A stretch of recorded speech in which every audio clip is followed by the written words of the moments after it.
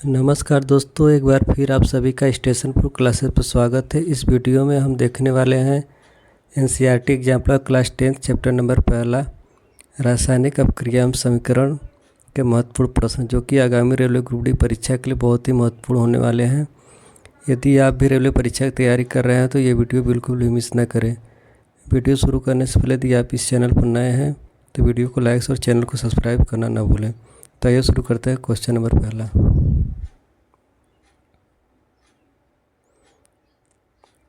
इसमें question number पहला पूछा, इसमें कौन सा भौतिक परिवर्तन नहीं है। तो भौतिक परिवर्तन वो होता है जिसको एक अवस्था से दूसरी अवस्था में परिवर्तित करने के बाद पुनः दूसरी अवस्था से मूल अवस्था में परिवर्तित किया जा सके। तो ये ऑप्शन नंबर ये भौतिक परिवर्तन है। बर्फ के गलन पर जल का बनना भी भौतिक परिवर्तन है। जल में लवण का विलय होना भी भौतिक परिवर्तन है। द्रवित पेट्रोलियम गैस का दहन ये है रासायनिक परिवर्तन है। इस तरह से इसमें पूछा कौन सा भौतिक परिवर्तन नहीं है, तो ये ऑप्शन नंबर डी सही होगा। तो अगला क्वेश्चन, एक रासायनिक समीकरण दिया गया है और 4 ऑप्शन दिए गए। पूछा कौन कौन सा ऑप्शन इसमें सही होगा। प्रतिस्थापन अपक्रिया क्या होती है, इसमें क्या होता है, अपने से अधिक अपक्रियाशील वाली धातु अपने से कम अपक्रियाशील धातु को उसके यौगिक से प्रतिस्थापित कर देती है, जो कि ऑप्शन नंबर ये सही है। संयोजन अपक्रिया क्या होगा, जो 2 या 2 से अभिकारक मिलकर एक सिंगल उत्पाद बनाते हैं। 2 से 1 से अधिक उत्पाद बनाता है, ऑप्शन नंबर बी गलत होगा। उपचयन और अपचयन अपक्रिया, रेडॉक्स और ऑक्सीडेशन अपक्रिया। ऑक्सीडेशन ऑक्सीजन का जुड़ना है, रेडॉक्स ऑक्सीजन का हटना होता है। इसमें ऑक्सीजन का हटना हुआ है, यहाँ पे ऑक्सीजन का जुड़ना हुआ है। इस तरह से रेडॉक्स अपक्रिया और ऑक्सीडेशन दोनों अपक्रिया है। रेडॉक्स ऑक्सीडेशन और रिडक्शन दोनों अपक्रिया है। उदासीनीकरण क्या होता है, अम्ल और क्षार का जहाँ अपक्रिया होती है वहाँ उदासीनीकरण होता है। यहाँ अम्ल और क्षार अपक्रिया नहीं हो रहा है तो उदासीन अपक्रिया नहीं है। इस तरह से ऑप्शन नंबर ये सही है। और इसके बाद ऑप्शन नंबर ये, ऑप्शन नंबर पहला और तीसरा इसमें सही होगा, वो सही होगा। ऑप्शन नंबर पहला और तीसरा, ऑप्शन नंबर पहला और तीसरा। अगला क्वेश्चन देखते हैं। पूछा है कि दी गई अपक्रिया के लिए निम्नलिखित में कौन सा कथन सत्य है।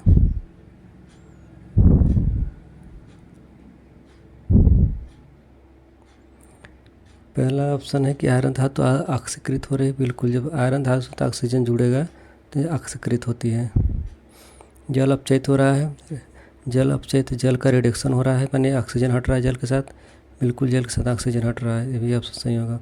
जल अपचाय के रूप में कार्य कर रहा है, अपचाय का अर्थात रिडक्शन के रूप में कार्य कर रहा है, यानी कि ये जो जल है अपने सहयोगी धातु के साथ ऑक्सीजन को जोड़ रहा है, ऑक्सीजन को हटा रहा है, नहीं ऑक्सीजन को जोड़ रहा है। तो ये ऑप्शन गलत होगा। जो जल है ऑक्सीकारक के रूप में कार्य कर रहा है, अर्थात ये जो जल है ये अपने सहयोगी धातु के साथ ऑक्सीजन जोड़ रहा है। बिल्कुल, ये जोड़ रहा है यहाँ से, तो ये ऑक्सीकारक रूप में कार्य करेगा। तो ऑप्शन नंबर पहला, तीसरा, चौथा सही होगा। ऑप्शन नंबर पहला, तीसरा और चौथा, पहला तीसरा, ऑप्शन नंबर सी सही होगा। अगला क्वेश्चन पूछा है कि कौन सा ऊष्माक्षेपी अपक्रिया है। ऊष्माक्षेपी अर्थात जब कोई रासायनिक अपक्रिया बंद होती है तो उत्पाद के साथ साथ ऊष्मा भी निकलती है, उसमें ऊष्माक्षेपी अपक्रिया कहते हैं। इसे बिना बुझे छूने के साथ जल की अपक्रिया कराना, माने CaO उस H2O के साथ अपक्रिया कराएंगे तो ऊष्मा भी निकलेगी। ऊष्माक्षेपी अपक्रिया, ऊष्माशोषी अपक्रिया है। एक अम्ल का अंतःअनुकरण, ये भी ऊष्माक्षेपी अपक्रिया है। जल को वाष्पीकरण करने के लिए ऊष्मा देनी पड़ेगी, तो ये ऊष्माशोषी अपक्रिया है।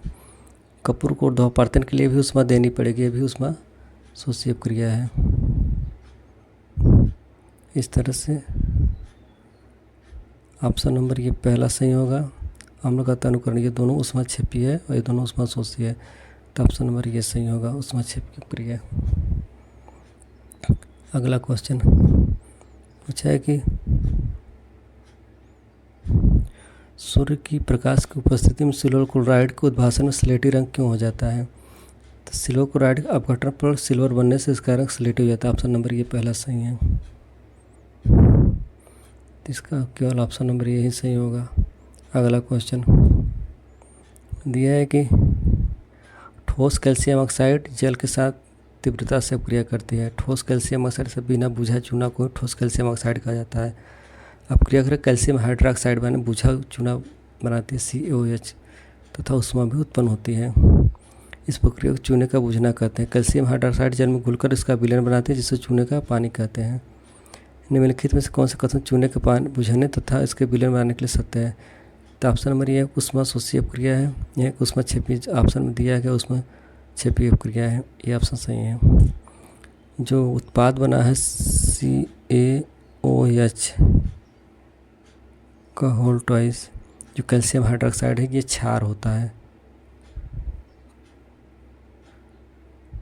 क्षारीय प्रवृत्ति का होता है। और हम जानते हैं कि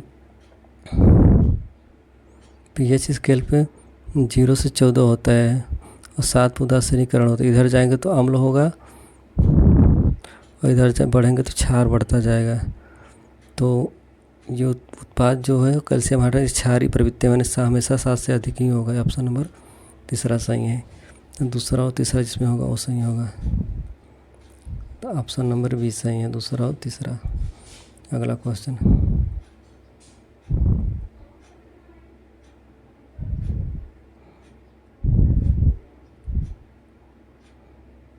तो यह है कि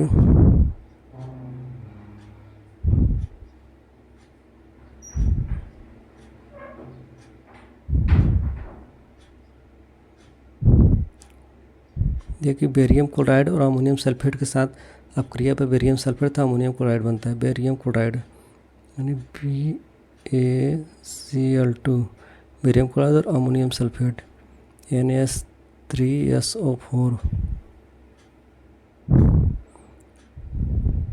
NS3SO4 जब क्रिया करते हैं तो अब बेरियम सल्फेट तथा अमोनियम क्लोराइड बनता है। तो यहाँ पर आयनों का आदान प्रदान होता है। जब आयनों का आदान प्रदान जहाँ पर होता है वहाँ द्विविस्थापन अपक्रिया होती है। तो इस तरह से ऑप्शन नंबर चौथा है सही, केवल ऑप्शन नंबर C ही सही होगा। अगला क्वेश्चन दिया है कि जल का जब विद्युत अपघटन कराएंगे, जल मतलब H2O का विद्युत अपघटन कराएंगे तो यह है हाइड्रोजन गैस और ऑक्सीजन गैस उत्पन्न होता है। Hydrogen plus oxygen. तो यहाँ 2 ऑक्सीजन है, 2 ऑक्सीजन इधर भी लगा देंगे बराबर करने के लिए। तो अब बराबर 2, यहाँ 4 हाइड्रोजन हो गया तो यहाँ पे 2 लगा देंगे। पूछा है गैस का मोलर अनुपात क्या होता है। तो उत्पाद में जो अणुओं के गुणांकों का अनुपात ही मोलर अनुपात होता है। यहाँ गुणांक 2 है, यहाँ गुणांक 1 है। इसका जो अनुपात होगा यही मोलर अनुपात होगा। ऑप्शन नंबर बी 2 संबंधी 1। अगला क्वेश्चन दिया है कि कौन सा उष्मा शोषी अपक्रिया है प्रक्रम है। उष्मा शोषी प्रक्रम होता है जिससे अपक्रिया कराने के लिए उष्मा देनी पड़ती है। सल्फ्यूरिक अम्ल का तनुकरण उष्मा क्षेपी है। सूक्ष्म वर्ग का ऊर्ध्वापातन CO2 कार्बन डाइऑक्साइड सूक्ष्म वर्ग होता है, उसको ऊर्ध्वापातन कराने के लिए उष्मा देनी पड़ेगी। इस तरह से उष्मा शोषी अपक्रिया हो गया। जल वाष्प का संघनन भाप को संघनित करने उष्मा क्षेपी अपक्रिया होगी, इसमें भाप निकलेगी। जल का वाष्पीकरण जल को वाष्प बनाने के लिए उष्मा देनी पड़ेगी, उष्मा शोषी अपक्रिया। ऑप्शन नंबर दूसरा और चौथा सही होगा। ऑप्शन नंबर दूसरा और चौथा सही होगा। Option number D. अगला क्वेश्चन दिया कि जली पोटेशियम आयोडाइड मतलब Ki और जली lead nitrate PbNO3 lead nitrate के मध्य द्विविस्थापन अपक्रिया कराएंगे तो लेड आयोडाइड का पीला अवक्षेप प्राप्त होता है। लेड आयोडाइड का पीला अवक्षेप PbI का पीला अवक्षेप प्राप्त होता है। इस अपक्रिया को करते समय लेड नाइट्रेट उपलब्ध न हो, माने इसके जगह ये उपलब्ध न हो तो ये उत्पाद प्राप्त करने के लिए इसकी जगह किसका प्रयोग करना पड़ेगा। तो हमें लेड आयोडाइड प्राप्त करने के लिए अपकारक में लेड रहना ज़रूरी है। तो ये 2 ऑप्शन अपने आप कट जाएंगे, इसमें लेड लगा नहीं है। 2 ऑप्शन बचते हैं, दोनों में लेड लगा है, लेकिन हमें ऐसा यौगिक लेना है जो जल में विलय हो। यहाँ जल ही दिया है, तो ये जल में अविलय है, ऑप्शन नंबर ए भी कट गया, तो ऑप्शन नंबर डी सही है, सॉरी ऑप्शन नंबर बी सही, लेड एसीटेट। अगला क्वेश्चन दिया है कि तेल के नमूने को लंबे समय तक ताज़ा बनाए रखने के लिए कौन सी गैस प्रयुक्त की जाती है। जो तेल होता है उसको ताज़ा बनाकर हमेशा ही अक्रिय गैसों का प्रयोग किया जाता है ताकि इसका ऑक्सीडेशन ना हो। तो जिस ऑप्शन में केवल अक्रिय गैस होगा वही ऑप्शन सही होगा। इसमें अक्रिय गैस नहीं है, ऑप्शन नंबर गलत। नाइट्रोजन अक्रिय, ऑक्सीजन अक्रिय नहीं, ये भी गलत हो जाएगा। कार्बन डाइऑक्साइड अक्रिय नहीं है, ये भी गलत हो जाएगा। तो हीलियम तथा नाइट्रोजन ये दोनों अक्रिय थे, option number D correct answer होगा। अगला क्वेश्चन दिया कि प्रयोगशाला में ऑक्सीजन गैस बनाने के लिए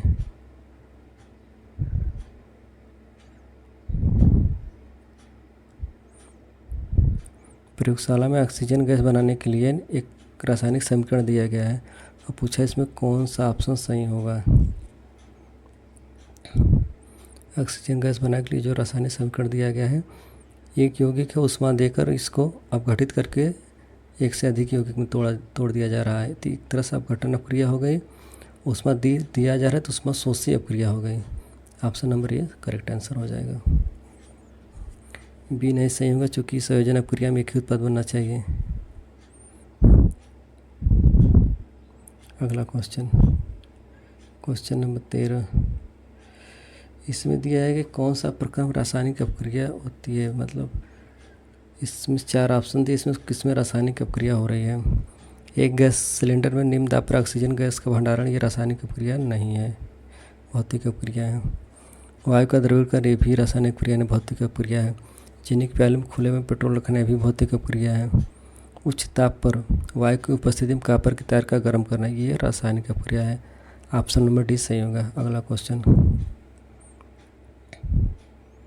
पूछा है कि कौन सी रासायनिक प्रक्रिया में अधिक अपक्रिया ताप पर क्रिया कारकों में क्रियाफलों की अवस्था को सही संकेत चिन्हों द्वारा प्रदर्शित किया गया है।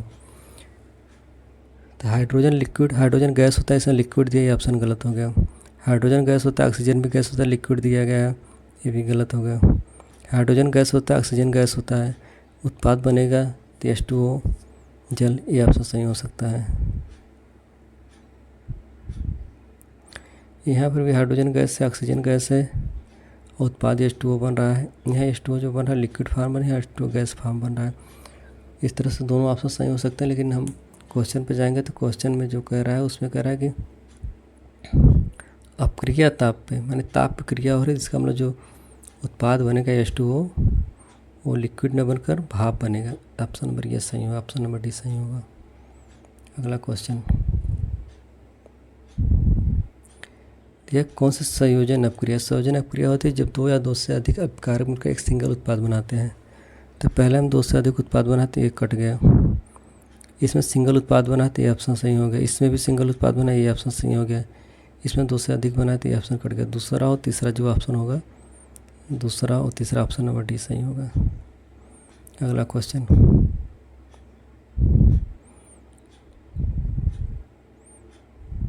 दिया है कि 25 ml जलयुक्त ABC के रूप में चिन्हित 3 बीकर दिया गया है और तीनों बीकर ABC बीकरों में कुछ मात्रा में NOH डीजल कॉपर सल्फेट तथा NaCl मिलाया गया है।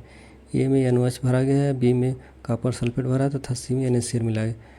और यह देखा गया है कि बीकर में ये तथा बीकर बी के बिलों में ताप वृद्धि हो रही है। ताप की वृद्धि होना मतलब ऊष्माक्षेपी क्रिया हो रही है, जबकि बीकर सी में केवल विलयन ताप में कमी हो रही है।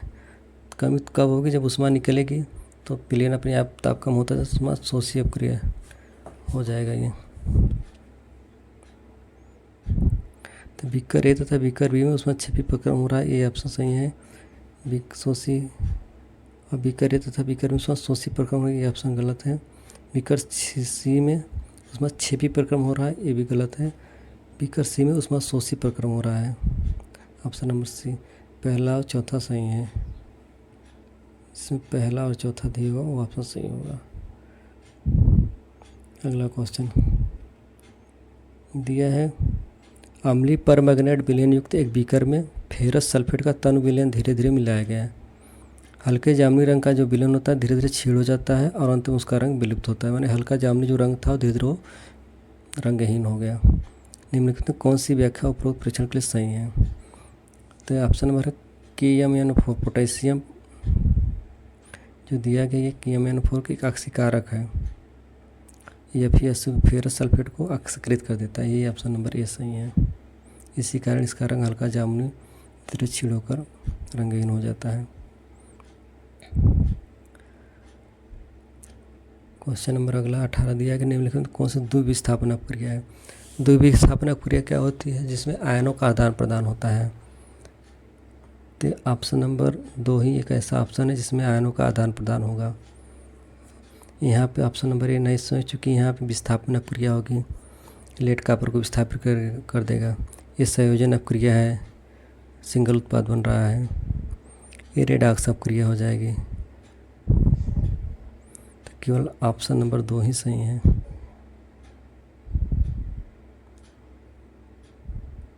केवल ऑप्शन नंबर बी। इस तरह से ये पूरा क्वेश्चन रहा है जो कि रासायनिक अपक्रिया समीकरण का एग्जाम्पल का क्वेश्चन है। बहुत ही महत्वपूर्ण क्वेश्चन रहा है। वीडियो देखने के लिए धन्यवाद।